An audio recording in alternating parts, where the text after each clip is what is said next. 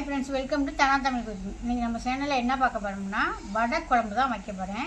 ஒரு 2 நாளைக்கு முன்னாடி ஷார்ட் வீடியோ போட்டு இந்த வடை குழம்பு வச்சு சாப்பிட்றது மாதிரி அது வந்து எப்படி வைக்கணும்னு ஒரு 4 பேர் கேட்டிருந்தீங்க. அந்த 4 பேருக்காக இன்றைக்கி வடை குழம்பு எப்படி வைக்கணும் ஃபுல் வீடியோ போட்டுருவோம். இப்போ வாங்க வீடியோவில் போயிடுவோம்.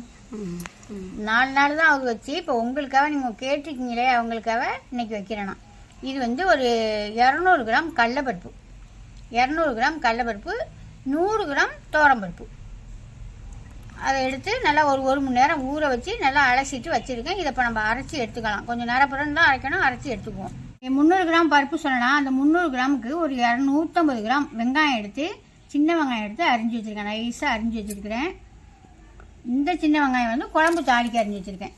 இப்போ வாங்க போய் அரைச்சிக்கிட்டு வந்து என்னென்ன சாமான் சேர்க்குறேன் எப்படி சேர்க்குறேன்னு பார்த்துடலாம்.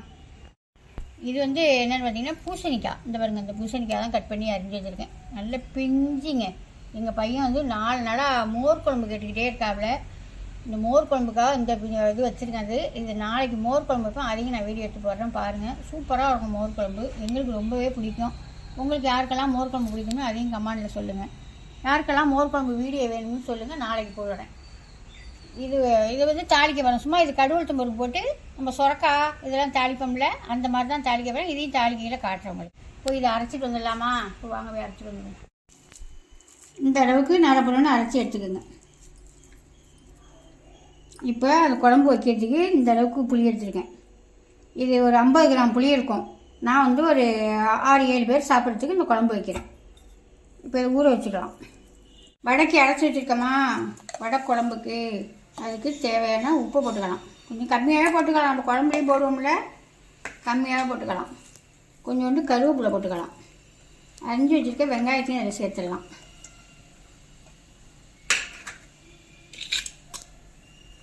ரெண்டு பூண்டு தட்டி வச்சுருக்கேன். பூண்டு ஏன்னு கேட்டிங்கன்னா அந்த பருப்பு சில பேருக்கு வாய்வு ஒத்துக்காது. அதுக்காக பூண்டு தட்டி போட்டுக்கிட்டிங்கன்னா நல்லாயிருக்கும். வாசமாக வடையும் சாப்பிட்றதுக்கும் நல்லாயிருக்கும். கொஞ்சமாக இடித்த சோம்பு, ஒரு 1/2 ஸ்பூனுக்கிட்ட மிளகாத்தூள், அவ்வளோதான். இப்போ எல்லாத்தையும் நல்லா ஒன்று சேர பிசைஞ்சு விட்டுடலாம். வெங்காயத்தெல்லாம் நல்லா உடச்சி விட்டு பிணைஞ்சி எடுத்துக்கலாம்.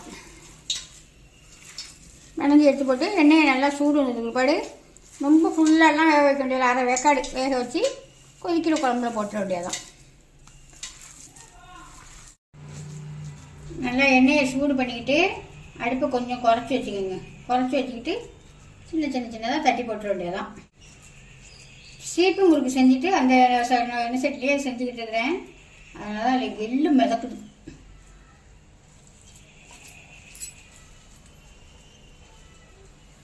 இந்த எண்ணெயை கொஞ்சமாக எடுத்து தட்டிடலாம்னு தட்டினா அதில் ஒரு எள்ளு இந்த மாதிரி சின்னதாக தட்டிக்குவோம். தட்டி எண்ணெயில் போட்டுடலாம்.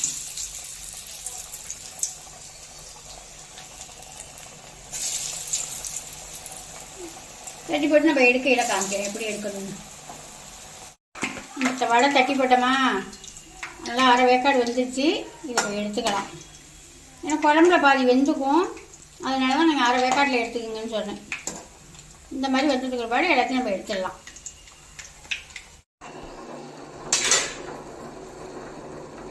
இந்த வடை தட்டின எண்ணெயிலேயே ஒரு ஸ்பூன்கிட்ட சோம்பு இடித்து வச்சுருக்கேன், அதை சேர்த்துக்கலாம். கொஞ்சோண்டு கடுகு சேர்த்துக்கலாம்.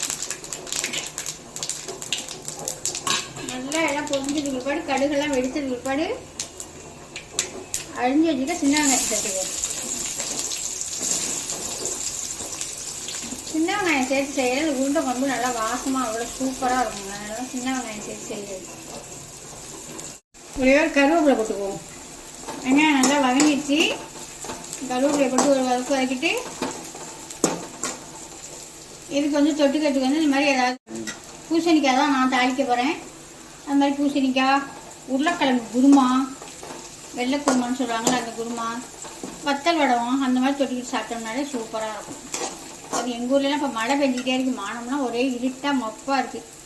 அந்த மாதிரி நேரத்தில் இந்த மாதிரி குழம்புலாம் வந்து சாப்பிட்டோம்னா அருமையாக சாப்பிடலாம். நான் இந்த குழம்புலையே புளி உங்கள்கிட்ட காமிச்சிட்டு தான் ஊற வச்சேன். இந்த குழம்புக்கு, இந்த வடை குழம்புக்கு வந்து புளி வண்டியும் கொஞ்சம் கம்மியாக சேர்த்துங்க. 1/2 புளி சேர்த்துங்க.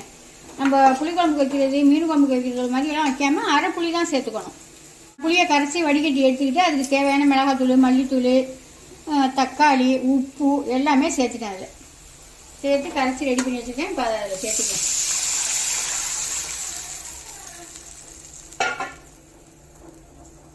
அவ்வளோதான். இது ஒரு கொதி வரட்டும். கொதி வந்ததுக்கு பிற்பாடு நம்ம தட்டி வச்சுருக்க வடையை போட்டுக்கலாம். குழம்பு நல்லா தாளிச்சு ஊற்றமா, குழம்பு நல்லா கொதி வந்துட்டு தட்டி வச்சுருக்க வடையெல்லாம் அதில் சேர்த்துடலாம். நல்லா கொதித்து நல்லா திக்காக வந்துடும். அதனால் கொஞ்சம் குழம்பு நம்ம தண்ணியாகவே வச்சுக்கலாம். ஏன்னா இது கடலைப்பருப்பு தானே, அதனால் கொதிக்க கொதிக்க நல்லா திக்காகும். எல்லா குழம்பையும் அந்த வடை இழுத்துரும். அதனால் கொஞ்சம் தண்ணியாக வச்சுக்கோங்க. கொஞ்சோண்டு தேங்காய் அரைச்சி வச்சுருக்கேன். ஒரு 2 ஸ்பூன் கிட்ட தேங்காய் அரைச்சி வச்சுருக்கேன். அதை நல்லா கொதித்து இறக்க போகும்போது ஊற்றி ஒரு கொதி வந்தாலும் இறக்கிடலாம். குழம்பு நல்லா கொதிச்சிக்கிட்டு இருக்கா. அடுப்பை நல்லா குறைச்சி வச்சு இந்த மாதிரி கொதிக்க விட்டு இறக்க வேண்டியதான். ரொம்ப தடப்படன்னு கொதிச்சதுன்னா உடையாது. உடஞ்சாலும் உடையும். அதுக்காக நம்ம அடுப்பு சிம்மில் வச்சு நல்லா கொதிக்க வச்சு இந்த மாதிரி எடுத்துக்கலாம். இப்போ நம்ம கொஞ்சோண்டு தேங்காய் வச்சுருக்கோன்னு சொன்னால் அதை சேர்த்து ஒரே ஒரு கொதி வந்தோன்னா இறக்கிட வேண்டியதான். வடைக்குழம்பு நான் தேங்காய் நிறையா ஊற்ற மாட்டேன். எந்த குழம்புக்குமே நான் தேங்காய் நிறையா சேர்க்க மாட்டேன். கம்மியாக தான் சேர்ப்பேன். ஏன்னா எனக்கு குழம்பு வந்து கலராக இருக்கணும். வடைக்குழம்பு சூப்பராக ரெடி ஆயிடுச்சு. ஏன் இன்றைக்கி நான் கொஞ்சம் குழம்பு அதிகமாக வச்சுருக்கேன்னு பார்த்தீங்கன்னா, இன்றைக்கி நம்ம வீட்டுக்கு 4 பேர் விருந்தாடி வராங்க. அவங்களுக்கும் சேர்த்து நம்ம தான் சைவ சாப்பாடாச்சா, அதனால் பருப்பு வடைக்குழம்பு வச்சாச்சு. வெள்ளை பூசணிக்காய் தாளிக்க 1 ஸ்பூன் எண்ணெய் ஊற்றிருக்கேன். எண்ணெய் காய்ஞ்ச பிற்பாடு கொஞ்சோண்டு வெள்ளை உளுந்தும் கடுகு போட்டுக்கலாம். 2 பட்டை மிளகாய் போட்டுக்கலாம். கடுகு நல்லா வெடிச்சதுக்கு பிற்பாடு கொஞ்சமாக வெங்காயம் போட்டுக்கலாம். ஒரு கருவேப்பிலையை போட்டுக்கலாம். வரிஞ்சு அரைச்சி சுத்தம் பண்ணி வச்சுருக்க வெள்ளை பூசணிக்காயை சேர்த்துக்கலாம். நல்லா வடிகட்டி எடுத்துட்டேன். இது தண்ணியெல்லாம் நம்ம சேர்க்கவே தேவையில்லை. நல்லா கிளறிவிட்டு இது தேவையான உப்பை போட்டு கிளறிவிட்டு மூடி வச்சுட்டோம்னா அதுவே தண்ணி ஊற்றுக்கும். அந்த தண்ணியே போடும். இந்த அளவுக்கு தண்ணியே ஊற்றலை. இந்த அளவுக்கு வெந்துட்டு பாருங்கள். நல்லா இந்த மாதிரி வெந்துட்டு பிற்பாடு நம்ம துணி வச்சுருக்க தேங்காய் போட்டு இறக்கிட வேண்டியதெல்லாம். இப்போ கொஞ்சம் உருளைக்கிழங்கு வறுக்கணும். அதையும் வறுத்துக்கிட்டு சாம்பிராணி போட வேண்டியதான். சாமி பூசணிக்காய் பொரியல் எப்படி இருக்குது பார்த்தீங்களா? இதில் எவ்வளவு சத்துக்கள் இருக்குதுன்னு உங்களுக்கே தெரியும். இந்த மாதிரி பிஞ்சு பூசணிக்காய் கிடக்குதுன்னா விடாமல் சமைச்சி சாப்பிடுங்க. இந்த பூசணிக்காய் தான் நாளைக்கு மோர் குழம்பு எங்கள் வீட்டில். சாப்பிடையில பார்ப்போம். இப்போ சாப்பாடெல்லாம் ரெடி ஆகிடுச்சு. சாம்பிராணி போட்டாச்சு. இப்போ சாப்பிட்டுடலாமா? வடைக்குழம்பெல்லாம் வச்சு எல்லாம் சாம்பிராணி போட்டுட்டு சாப்பிட்டுட்டாங்க. நான் என்ன செஞ்சேன்னா கொஞ்சம் முறுக்கு புழிஞ்சிக்கிட்டு இருந்தேன். அதனால லேட் ஆகிடுச்சு. வடைக்குழம்பு வந்து எவ்வளோ தண்ணியாக வச்சேன், எல்லாம் வடை இழுத்துட்டு இப்படி கட்டியாயிடுச்சு. இது சூப்பராக தான் இருக்கும். நல்லா சுட சுட சாதத்தில் இப்படி மேலே வச்சு நல்லா பிரட்டிக்கிட்டு சாப்பிட்டோம்னா அருமையாக இருக்கும். உருளைக்கிழங்கு வறுவல், அப்புறம் வெள்ளை பூசணிக்காய் பொரியல், அப்புறம் தக்காளி ரசம் இருக்குது. இப்போ சாப்பிட்டு பார்த்துருவோமா? நல்லா எங்கள் ஊரில் எல்லாமே மழை பெஞ்சிக்கிட்டு ஒரு மானம் அப்பா ஒரே இருட்டாக கிடக்கு.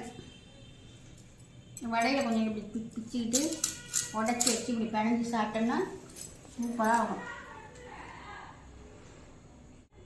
அருமையாக இருக்குங்க வடை குழம்பு. இதே மாதிரி நான் வச்ச மாதிரி நீங்களும் வச்சு பார்த்துட்டு எப்படி இருக்குன்னு கமெண்ட்டில் சொல்லுங்கள். அடுத்த வீடியோவில் பார்ப்போம். பாய்.